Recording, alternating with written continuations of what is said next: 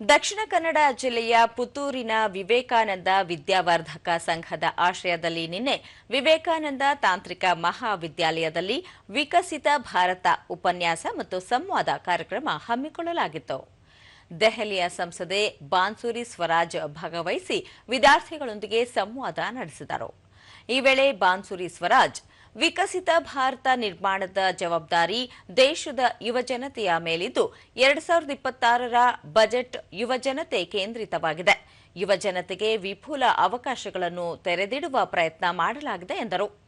ದೇಶದಲ್ಲಿ 65% ಜನರು 35 ವರ್ಷಕ್ಕಿಂತ ಕಡಿಮೆ ವಯೋಮಾನದವರಾಗಿದ್ದು ಇವರನ್ನು ದೇಶದ ಆಸ್ತಿ ಎಂದು ಪರಿಗಣಿಸಲಾಗುತ್ತದೆ ಎಂದು ತಿಳಿಸಿದರು.